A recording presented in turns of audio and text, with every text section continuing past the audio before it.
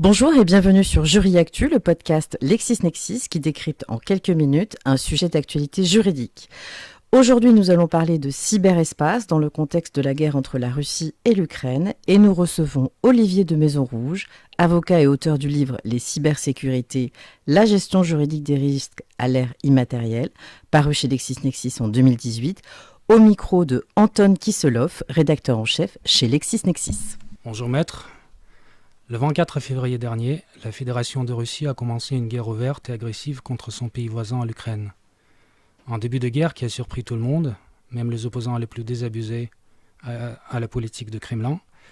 Cette guerre est très médiatisée et très graphique grâce aux réseaux sociaux et en général aux nouvelles technologies de l'information. Mais à côté, il existe une guerre plus discrète, même invisible si on ne s'y intéresse pas spécialement. La guerre qui est menée dans le cyberespace. Maître, peut-on considérer que cette guerre est différente des conflits armés qu'on a pu observer dans l'histoire moderne? Et si tel est le cas, quelle est sa particularité principale? Oui, de toute évidence, nous assistons à un conflit du XXIe siècle que je suis tenté de qualifier d'hybride, en ce qu'il met en présence des forces armées conventionnelles destinées à tuer, à savoir canons, hélicoptères, chars, et un autre conflit peut-être plus silencieux, en tout cas plus feutré, et qui constitue ce que l'on nomme désormais une cyberguerre, à savoir une attaque qui va affecter directement les systèmes d'information, les données, et finalement directement ce qui est le cyberespace. Et donc si vous deviez délimiter le champ de bataille de cette guerre, le cyberespace, quelle en serait la géométrie? Bien, le cyberespace nous est défini par la loi du 26 février 2018, à savoir que on considère qu'il existe trois couches dans ce monde qui n'est pas seulement virtuel, mais qui comprend bien des espaces physiques contingentés.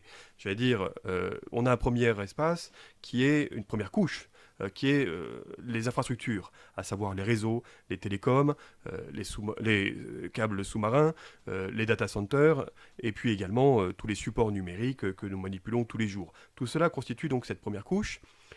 La deuxième couche, ce serait la couche logicielle, à savoir tout ce qui est programmation, application, solutions numériques, et plus largement tout ce qui constitue un traitement automatisé de données.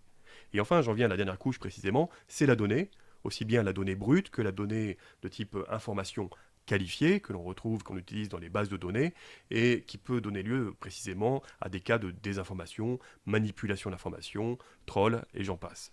Donc si je comprends bien, la partie matérielle, c'est-à-dire les solutions logicielles, l'information et les données, peuvent servir de cible à toute personne intéressée, peu importe sa situation géographique. Alors ce cyberespace, effectivement, n'obéit pas précisément aux lois géographiques. En réalité, le cyberespace s'affranchit largement des frontières étatiques, des frontières administratives.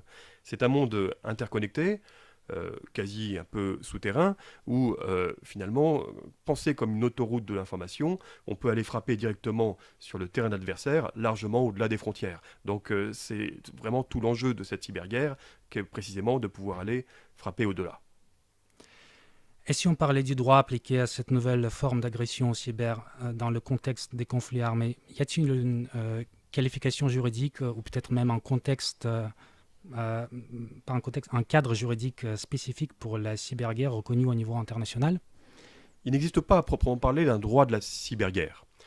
Si l'on s'en remet aux textes internationaux en la matière, nous avons évidemment les conventions de Genève, mais je pense surtout à la charte de l'ONU et notamment à son article 51 qui énonce les cas de riposte envisagés, et notamment en cas d'alliance.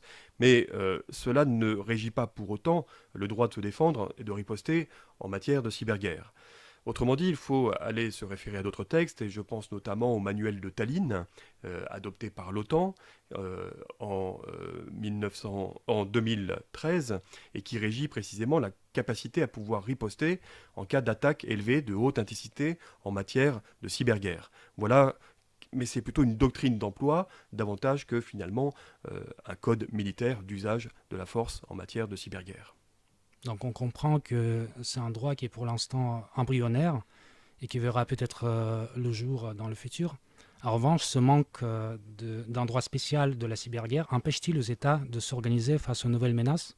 Non, de toute évidence, les forces armées sont déjà structurées en ce sens. Pour ne citer que la France, dès 2017, nous sommes dotés d'un commandement cyber, la ComCyber, qui désormais est en capacité de riposter et notamment d'attaquer, et cela aux côtés des armées traditionnelles que sont la terre, mer et air. Désormais, il faut compter également avec l'arme cyber. Je vous remercie, maître. Merci à tous les deux et rendez-vous pour un prochain podcast avec vous, Olivier de Maison-Rouge, qui sera consacré cette fois aux cyber-risques et comment se prémunir des cyberattaques.